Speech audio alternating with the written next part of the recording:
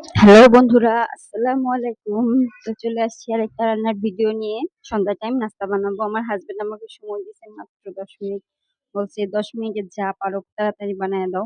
যেহেতু আমি নারকেল খাচ্ছিলাম, তা ভাবলাম নারকেল দিয়ে একটা কিছু করি। হাতে সময় একদম কম, তার জন্যই শুধুমাত্র আটার কাইটা করছি। আর একটু নারকেল গুড় দিয়ে একটু পুর বানিয়ে নিছি, নিয়ে এটার মধ্যে দিয়ে মানে রুটির মতো করে বেলছি, বেলারও সময় নেই।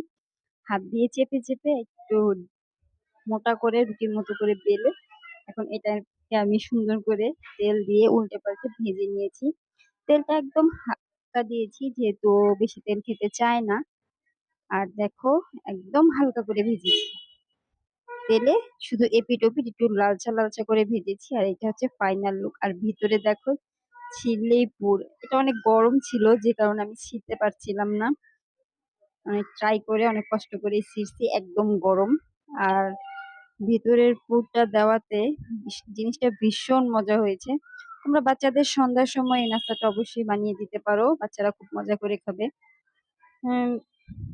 তো সব